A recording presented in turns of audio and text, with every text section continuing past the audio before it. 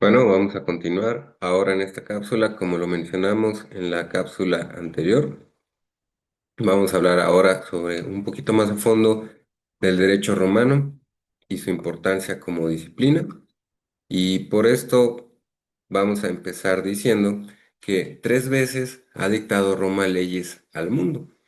Y dice Iering, iniciando su obra clásica El espíritu del derecho romano, 3 veces ha servido como lazo de unión entre los pueblos por la unidad del Estado primero, cuando el pueblo romano estaba aún en la plenitud de su poder, por la unidad de la Iglesia enseguida, y después de la caída del Imperio Romano, y la tercera por la unidad del derecho, cuando habiendo éste renacido a fines de la Edad Media, se realizó el fenómeno que los historiadores alemanes llaman la recepción de los derechos extranjeros, y en virtud del cual se aceptó el derecho de Roma como derecho propio de las diversas naciones de Europa. Esto sin duda se debe a la especial aptitud que tuvo Roma para crear una técnica jurídica insuperable antes de ella y posiblemente insuperable también en épocas posteriores. Cuando un pueblo empieza a salir del estado de la barbarie, en el que solo instituciones rudimentarias proveen a sus necesidades esenciales, la existencia análoga en todos los grupos sociales primitivos va apareciendo con características técnicas, cierta inclinación que revela disposiciones especiales. La individualidad de cada uno de esos pueblos comienza a manifestarse y descubre una misión y una vocación especiales. El conjunto de las concepciones de qué es capaz la humanidad y los provechos que de ellas obtiene son demasiado numerosas para que puedan pertenecer a solo un pueblo o grupo social. Y acontece, y la historia también lo comprueba, que unos pueblos se destacan por sus inclinaciones y sus habilidades en determinado sentido, pero unos y otros se completan y la colaboración de todos es lo que constituye la civilización universal. La colaboración de cada pueblo en la civilización no es de igual intensidad en cada uno de ellos, ni de la misma importancia, pues varía según el poder intelectual y el valor físico y moral. En algunas ocasiones de muy escasa importancia, pero en otras desbordante, y no se concreta a una época, sino que tiene un alcance a través del tiempo. A veces la influencia de un pueblo se deja sentir fuertemente sobre el resto de la humanidad, y también perdura por siglos y de manera que millones de seres de muchas generaciones son tributarios de un solo pueblo, por determinado aspecto de su labor civilizador. A Roma tocó desde sus principios la misión de la guerra y la vocación del derecho. Desarrolló en la antigüedad el grado más alto, que es la ciencia militar, pero no la utilizó, sino sometiendo todos sus aspectos a la disciplina, conformándola a una regla. Y la regla, cuando se trata de relaciones entre individuos y la colectividad a la que pertenecen, es precisamente el derecho. La importancia del derecho romano para el mundo moderno no consiste únicamente en haber sido, en un momento dado,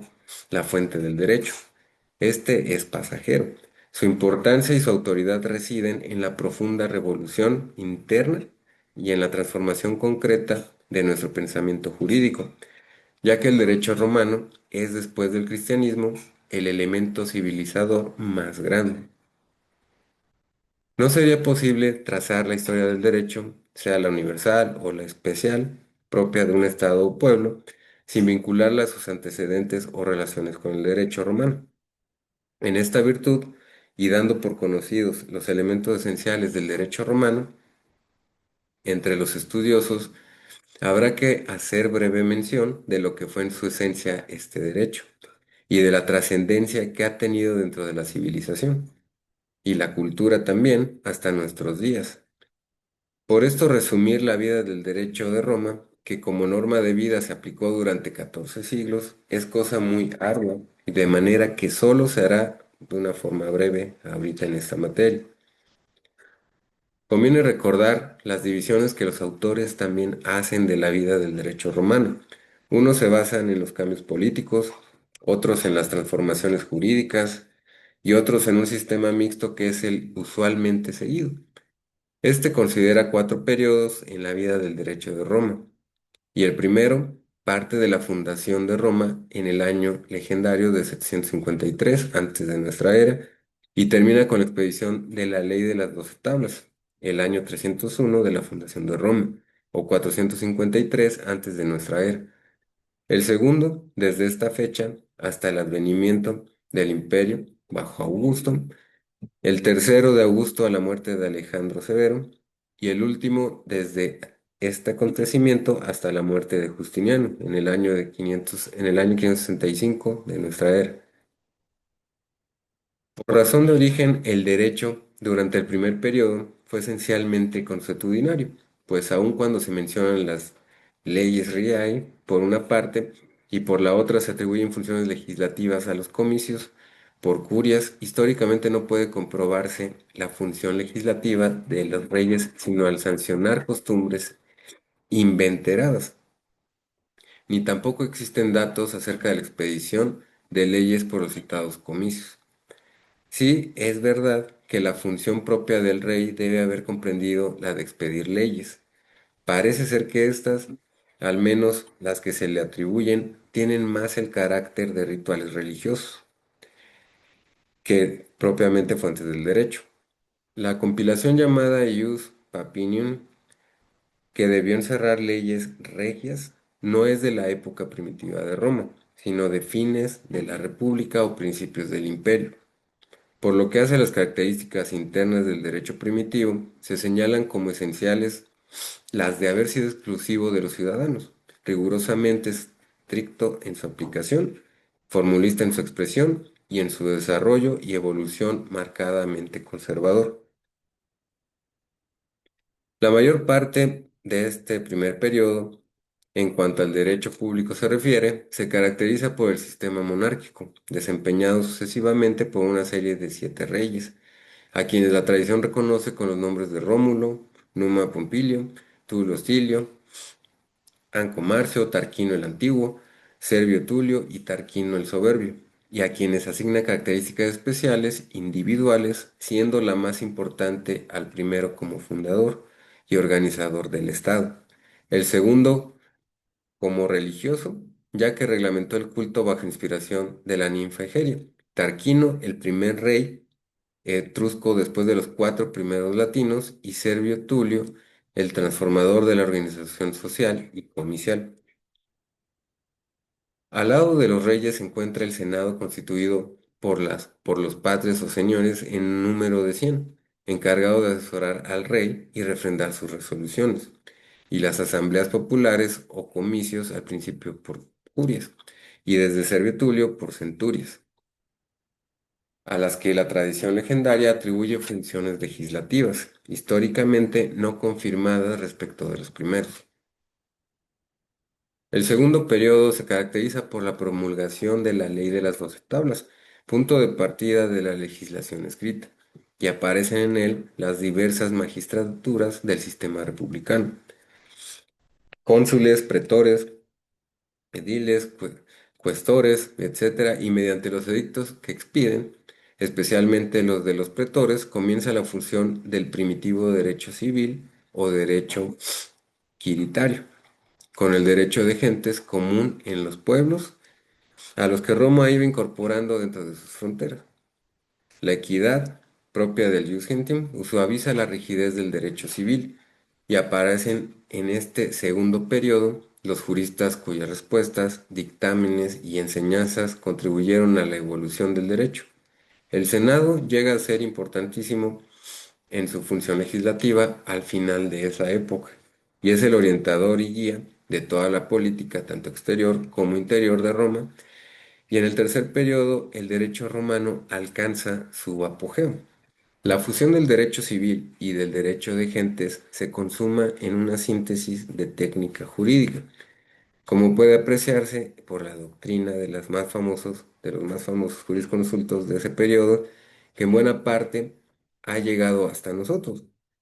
Gallo, Ulpiano, Modestino, Paulo, Papiniano, por citar así a los más famosos. En la función legislativa se encuentra notablemente armonizada la expresión social o popular con la estatal.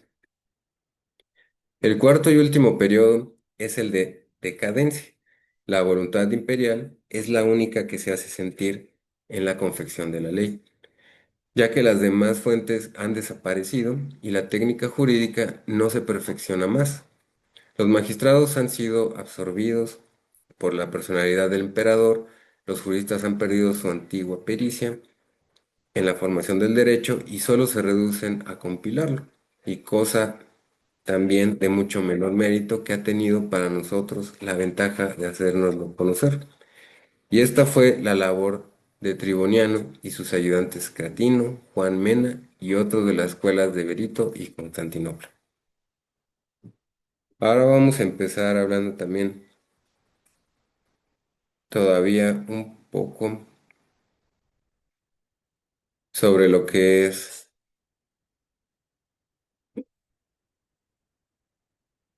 el derecho romano. Y vamos a continuar diciendo si de la historia externa del derecho romano a través de sus fuentes formales pasamos a examinar el contenido o aspecto interno del mismo, la presente exposición resultaría aún más ardua, pues en primer lugar habría que examinar todas las instituciones que en él se encierran y cómo cada una de ellas pasó por diversas etapas, por lo que habría que hacer la historia de cada institución. Por fortuna,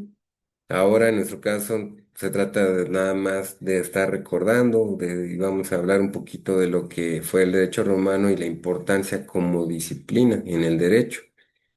Y por esto, en síntesis, se concretará o nos concretamos un poquito más nada más a mencionar estas características esenciales.